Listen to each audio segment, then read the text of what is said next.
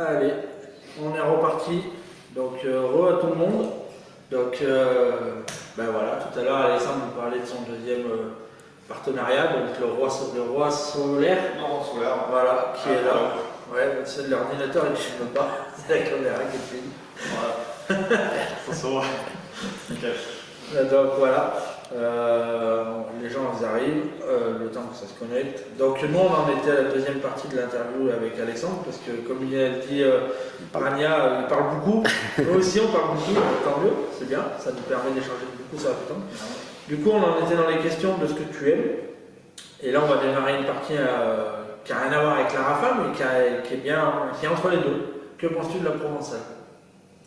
Pour ça, moi j'adore ce jeu. Alors parce que déjà j'ai joué un peu quand j'étais dans le Gard.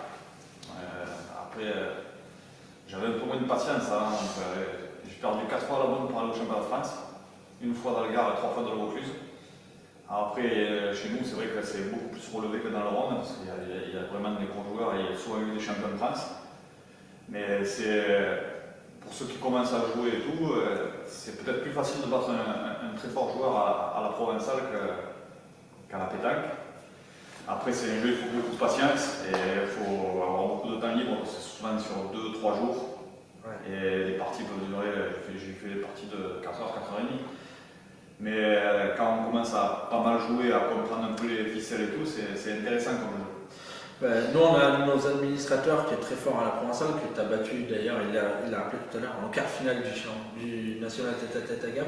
C'est Jean-Michel Pourroy, je ne sais pas si tu le connais un petit peu. Non, oui. Tu l'as battu en quart au national à Gap au tête-à-tête. D'accord. Lui, il est fort à la lyonnaise, fort à la Provençale. On ne va pas dire qu'il est bon à la pétanque parce qu'il va y croire, mais même s'il est bon, ouais. Il est même très bon. Et lui, il le dit aussi que la Provençale, c'est très très long. Et par contre, c'est un jeu. Et je ne sais pas si tu es d'accord avec moi, j'ai l'impression que les gens, quand ils jouent à la pétanque et à la Provençale, ils n'ont pas la même mentalité. C'est pas sûr. Parce que nous, on le voit dans les championnats, c'est mon point de vue. Dans les championnats dans la Drôme, les gens ils vont battre à la Provençale, tu vas discuter avec eux, tu vas les battre, tu vas discuter avec eux et tout. À la pétanque, déjà, ils ne se payent pas à voir, les 3/4 temps, ouais. Alors qu'à la Provençale, tout le monde se paye à voir.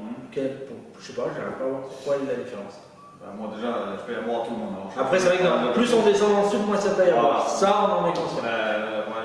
Moi, je sais que je paye à boire à tout le monde à toutes les parties. Donc, en général, ça me coûte une blende. Mais bon, c'est pas grave. C'est mon plaisir de discuter avec les gens, comme je disais tout à l'heure. Mais après, ce qui est de la mentalité provençale, c'est sûr que ça paye plus à boire et tout, mais peut-être que. Après, c'est dès qu'on a passé un peu, dès qu'on est dans la Drôme, l'Ardèche et tout, c'est des mentalités totalement différentes de chez nous. Et aussi les parties à la Provençale, c'est tellement long qu'après on a soif. Voilà. Du coup, tiens, il y a Jean-Michel qui nous pose une question, alors je pense que je ne sais pas si tu vas pouvoir y répondre. Quelles sont les stars du jeu à la Provençale pour toi? Alors, les stars. Il y a Henri Lacroix qui a été plusieurs fois champion. Ouais, Henri Lacroix qui a été champion de France, mais bon, les stars c'est plutôt Carpa, Terreno qui était licencié chez nous d'abord, à une époque avec Henri Lacroix. Après les pétanqueurs, il y a Loa qui joue très bien. Une année, j'ai failli faire les championnats avec Steven qui joue très bien aussi, Chaplin. Mais bon, ils sont partis l'année d'après, donc on n'a pas pu faire les championnats. Terreno, Carfa, nous chez nous, après, moi il y a deux joueurs, c'est mon idole. Mon idole, c'est un joueur que j'idolâtrais quand j'ai commencé à jouer par son calme et tout, et par son palmarès. C'était Philippe Stevenard. Mais alors à l'époque, voilà, il joue beaucoup moins, mais qui était très très fort au deux jeux. Et au Provençal, il était vraiment impressionnant. Après, il y avait Ben Moustapha qui était vraiment très très fort aussi.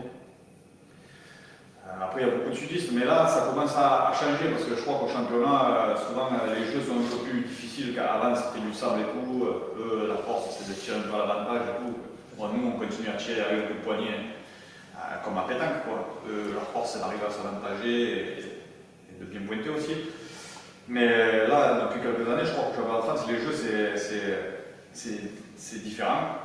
C'est un peu plus caillouteux, un peu plus difficile, et c'est pour ça qu'il y a beaucoup plus d'équipes du Nord qui arrivent à s'imposer maintenant. Ça nivelle. Ceux du Sud, ils sont pas très contents quand même. Il y a monsieur Jean-Michel Claude Polo, pardon, bonjour, salut Claude, qui a une petite question un peu rigolote. Michael Rossati, est-ce qu'il pleure autant au boule qu'au poker? Voilà, parce que hier, on a fait une poker entre collègues. Et j'ai dit, moi, je touche jamais comme vous et tout. Et les 2 coups d'après, j'ai pris ces 2 tapis. Ouais, il n'était pas content. Il a dit, ouais, il faut pleurer au carte. Non, mais au bout, je ne pleure pas. Parce que bon, je vois M. Cantarelli qui nous regarde. Ouais. Le président de la Fédé. Il y a Grégory Rob qui passe le bonjour. Ouais, lui, un bon souvenir, une très grosse partie au championnat de France à Nice, en 16e. Il jouait avec Bertou et Fillon. On avait fait une partie énorme. Et on avait gagné 13 à 11, 13 à 12. Et ouais, ça faisait partie d'une très belle partie de ce championnat de France à Nice. Voilà. Bonjour au président de notre fédération, M. Cantarelli. Il y a Pascal Gandreau qui demande quand c'est que tu vas lui faire gagner un concours. Ouais, quand tu te remettras à jouer, avec plaisir, mon ami. On va en partir un petit peu sur les questions du coup. Je pense que celle-là tu as déjà répondu, mais c'est intéressant aussi. Que penses-tu du mixte à la pétanque? Moi, le mix, c'est une compétition que j'adore parce que j'arrive à bien jouer, je pense, à bien faire jouer ma partenaire. Et souvent, j'arrive à produire un beau jeu en mixte et j'adore cette compétition, quoi. Et tant qu'on est sur le mixte, pour toi, quelle est la différence entre un doublette mixte et un doublette masculin? Un peu plus technique, un petit peu moins partir à l'attaque, un peu plus. Non, pas forcément, ça dépend de la partenaire. Hein. Après, si je joue avec Mona, on peut partir à l'attaque. Ah oui, je me suis qualifié 2 ou 3 fois dans le reprise avec des joueuses qui tapaient pas trop de boules. J'ai perdu une fois en 16e du France et une fois j'ai pas pu y aller parce que je me suis entaillé l'année. Une semaine avant, je vais à la France, donc c'est dommage parce que la petite, elle avait jamais fait de championnat de France. Et j'avais dit, on va se qualifier, t'inquiète pas, on allait gagner la Ligue. Malheureusement, je suis désolé, ils avaient sorti cette nouvelle loi où on ne pouvait pas remplacer le joueur. Ah oui. Et juste cette année-là, et du coup, ils ont pris ce qu'on avait battu à la base. Donc dommage pour elle, mais la question c'était, quelle est la différence pour toi entre le mixte et le doublette masculin? Moi je pense qu'il faut être un peu plus psychologue avec le partenaire. Non, c'est vrai, parce qu'une femme elle ne va pas prendre, à part une femme qui a fort caractère, comme par exemple Papon ou quoi, mais on ne peut pas parler pareil si un fait de jeu où on n'est pas d'accord ou quoi, on est forcément obligé d'aller un peu dans le sens de la femme pour ne pas la vexer, pour la froisser, pour que la partie continue à se dérouler normalement. C'est un peu, la pétanque, c'est un peu de psychologie aussi. Bien sûr. 2 petites dernières questions sur la Provençale. Donc déjà la première c'est Jean-Michel Pourroy. Quel poste tu joues à la Provençale? Alors je jouais souvent tireur. Je m'en sortais pas trop mal. Ça allait. C'est vrai? J'ai fait de bonnes séries. D'abord je jouais avec un gars qui jouait pas mal. Il avait fait les demi-finales du Provençal 13. On avait fait une demi-finale du National de Nyons à l'époque.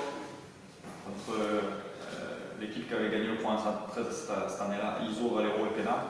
Et après j'avais fait j'ai perdu 4 bonnes pour aller au France, mais en bien jouant. Et celui de Gap, tu l'as jamais fait, le National de Provençal? Non, joli celui-là. Celui de Gap, je ne l'ai jamais fait. Ouais. Très bien. Et deuxième question qui repose à Jean-Michel, as-tu failli signer dans le Hautes-Alpes? Ouais, une année j'ai failli signer. C'est ma première année au Canu. Et l'année justement où j'avais été invité à Gap pour le premier national qui était organisé par la ville et surtout par Jérémy Benfera. Et lui, il était PPF. C'était Hakim qui était PPF. C'est celui-là, on s'en rend compte. C'est ça, ouais, exactement. Et du coup, Jérémy m'avait fait une proposition de contrat pour rejoindre Gap Pétanque. Il avait un beau projet. Et finalement, à l'issue du national, ils étaient un peu en désaccord avec la ville. Mais moi, de toute façon, je lui avais dit que j'étais bien au Canu et que pour le moment, je n'avais rien encore prouvé là-bas et que je voulais rester encore quelques années. Voilà.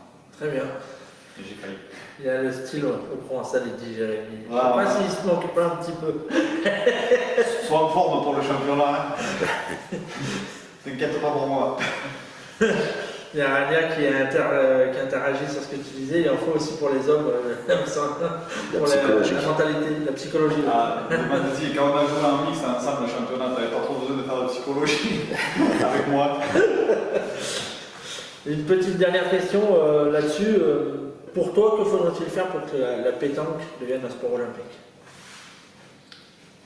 Franchement, je ne sais pas qu'est-ce qu'il y a là, je dois faire de plus. Là, c'est un concours de circonstances. Parce que je ne comprends pas pourquoi la pétanque n'a pas été aux Jeux Olympiques alors qu'ils ont mis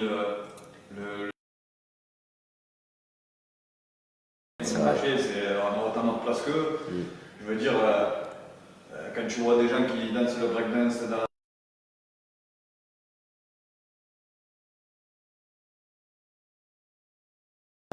le tour, je pense pas qu'ils boivent que de la limonade. Voilà, je vais pas aller sur les stupéfiants, les machins comme ça, mais. Et là-dessus, je te rejoins. On voit quand même régulièrement marquer les footballeurs, ils se sont fait attraper en ayant fait la bringue. Les rugbyman, on parle beaucoup de la troisième mi-temps. Voilà, donc c'est facile de se réfugier derrière des prétextes en disant oh mais il y a trop d'alcool à la pétanque, il y a trop de ci, il y a trop de là. Je suis désolé, mais dans les autres sports, ça y est aussi. C'est de suite on est pointé du doigt parce que Ricard et le verre à la main, non mais c'est pas ça.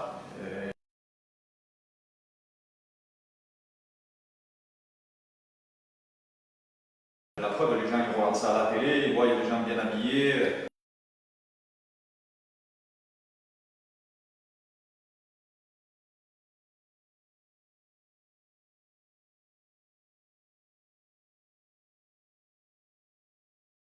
De partout se joue à la pétanque, hein, maintenant, c'est pas comme le breakdance, comme tu dis, peut-être.